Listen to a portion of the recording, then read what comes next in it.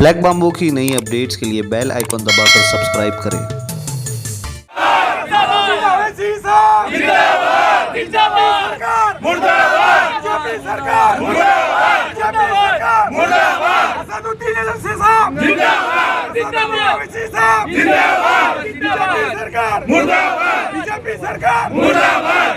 मैं नदीम लारी ब्लैक बाबू मीडिया से। आज 4 फरवरी 2022 को जुम्मे के दिन मुमरा शहर में एक एहतजाजी प्रोग्राम रखा गया था ऑल इंडिया मजलिस इत्तेहादुल मुस्लिमीन की तरफ से, क्योंकि कल 3 फरवरी को असदुद्दीन अवैसी जो MIM के सदर हैं उनके ऊपर एक कातराना हमला हुआ था। उनकी कार में गोली लगी थी, जिसके बाद MIM के वर्कर्स में काफ़ी गुस्सा पाया जा रहा था। उसी गुस्से की एक कड़ी ये है कि यहाँ पे आज एक प्रोग्राम रखा गया एहतजाज का। उस सिलसिले में हमने यहाँ पे MIM के कुछ वर्कर्स से बात की। हम उसको बताएंगे आपको इस वीडियो में उन्होंने क्या कहा। से जमा हुए हैं, क्या वजह है जो मीम पार्टी के लोग पदाधिकारी और जो है प्रतिनिधि हैं, जो मेंबर हैं, सब यहाँ पर आए हुए हैं? किस मकसद से यहाँ पर आप लोग इकट्ठा हुए हैं, क्या वजह है? इसमें जैसे कि आपको मालूम है कि कल रात हमारे राष्ट्रीय अध्यक्ष असदुद्दीन अवैसी साहब के ऊपर हमला हुआ, जहाँ जो इलेक्शन की कैंपेनिंग करके मेरठ से अपने घर की तरफ दिल्ली की तरफ जा रहे थे, वहाँ इनके ऊपर 4 से 5 राउंड फायरिंग हुई।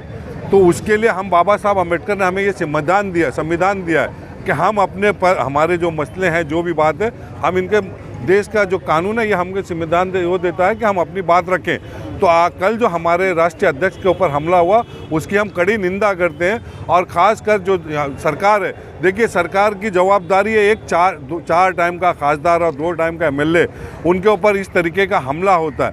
तो ये राष्ट्र के अंदर ऐसा मतलब माहौल होते जा रहा है, देश के अंदर माहौल इतना ख़राब हो रहा है कि लोग आज यहाँ तक पहुँच गए कि बड़े बड़े लीडरों के ऊपर आज हत्या उनकी होने जा रही है। जो हमला हुआ है उनके ऊपर, आपके राष्ट्रीय अध्यक्ष के ऊपर, तो इसका जिम्मेदार आप किसको मानते हैं? देखिए, वो जिम्मेदारी सरकार की है कि एक खासदार जो राष्ट्रीय अध्यक्ष है वो अपने इलेक्शन की कैंपेनिंग कर रहा है। तो जो जवाबदारी की बात होती है तो राष्ट्रीय सरकार का जवाबदारी है कि वो अपने देश के नागरिकों की सुरक्षा करना, ये सरकार का काम है।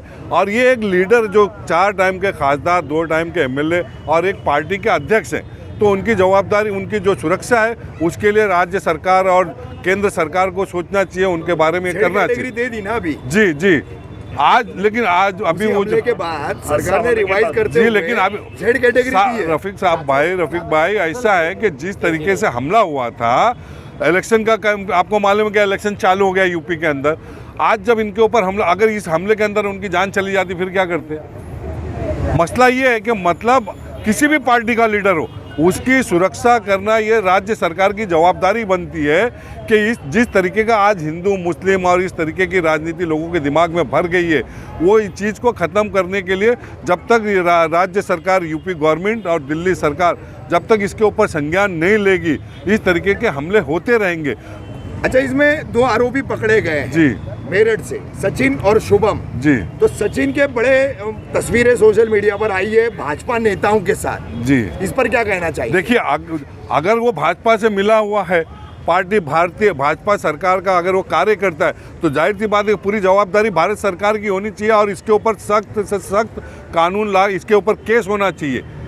चाहे वो कि अगर वो भाजपा का है, पूरा क्लियर दिख रहा है, तो उसके ऊपर पूरा कानून उसके ऊपर वो करना चाहिए। और सरकार को सोचना पड़ेगा कि ये आपके बनाए हुए जो माहौल आज आ रहे हैं हिंदू मुस्लिम के हिसाब से, भाजपा ने जो हिंदू सेल और ये सेल चालू किए उसकी देन है, जो आज नौजवान के दिमाग में बैठ गया है, तो वो इस तरीके की हरकत किया।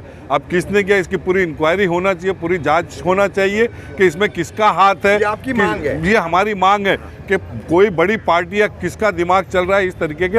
हमारे बैरिस्टर असदुद्दीन अवैसी जो राष्ट्रीय अध्यक्ष है, उनकी जान को खतरा है, उनके ऊपर जो हमला हुआ इसकी पूरी इंक्वायरी होना चाहिए, ये हमारी मांग है। शायद भाई अवैसी साहब के हमले के बाद जो है सरकार ने जो उनके ऊपर हमला किया, उन 2 को पकड़ा भी है और उनको Z पर सिक्योरिटी भी मुहैया कराई गई है। तो क्या सरकार ने अपनी जिम्मेदारी निभा दी है? अस्सलाम वालेकुम रहमतुल्लाहि वबरकातुहू।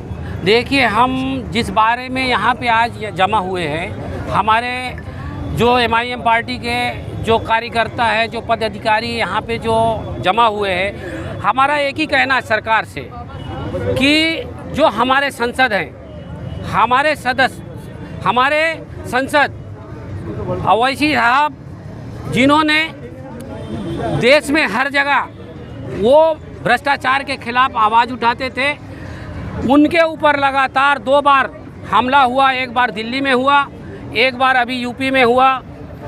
इस बारे में अल्लाह का शुक्र है कि उन्होंने अपनी जान बचा के वो दूसरी गाड़ी में बैठ के गए और जो आरोपी थे पकड़े गए। और मेरी सरकार से यही गुजारिश है कि इम्तियाज़ जलील संसद जो हैं उनको, असद ओवैसी साहब हमारे जो कायद हैं उनको सरकार की तरफ से जेट सुरक्षा देना चाहिए।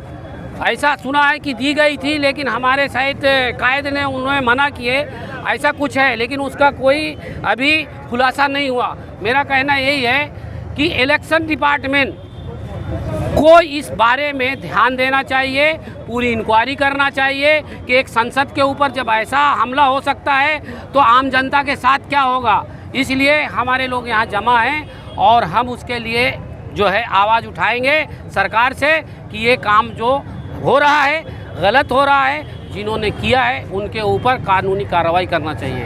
असदुद्दीन ओवैसी साहब जिंदाबाद, असदुद्दीन ओवैसी साहब जिंदाबाद, मुर्दाबाद, बीजेपी सरकार मुर्दाबाद, असदुद्दीन ओवैसी साहब जिंदाबाद। ये अवैसी पे जो हमला हुआ है, ये क्या है? उत्तर प्रदेश में मुस्लिम हुकूमत को अवैसी की तरफ मोड़ने से रोकने के लिए किया गया है, या हुकूमत डर रही है कि मुस्लिम वोट जो उनके पास चले जाएंगे?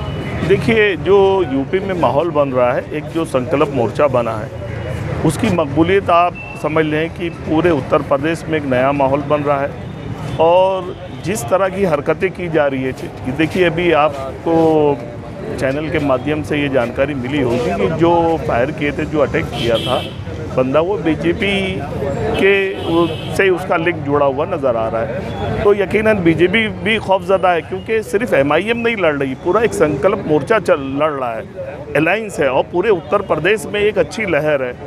समाजवादी के भी लोग खौफज़दा हैं, कांग्रेस है वो भी लड़ रही है। यकीनन हमारे जो नज़रिया है, हमारे जो नज़रियाती इख्तलाफ है तमाम पार्टियों से हैं, तो यकीनन हम इस बात पे किसी चीज़ का खुलासा नहीं कर सकते। ये प्रशासन का काम है, वो इस बात का खुलासा करे। और मैं इलेक्शन कमीशन से ये मांग करूँगा कि जब इलेक्शन होता है तो इलेक्शन कमीशन के अधीन पूरा निज़ाम चलता है, और ये इलेक्शन पीरियड में ऐसी कोई हरकतें होती है तो इलेक्शन कमीशन इस चीज़ का सख्त से सख्त नोटिस ले। अस्सलाम वालेकुम रहमतुल्लाहि बरकातहू। आज हमारी जो मुमरा की एमआईएम की जो टीम है, और कल जो है हमारे बैरिस्टर साहब पे जो हमला हुआ है, हम उसकी निंदा करते हैं।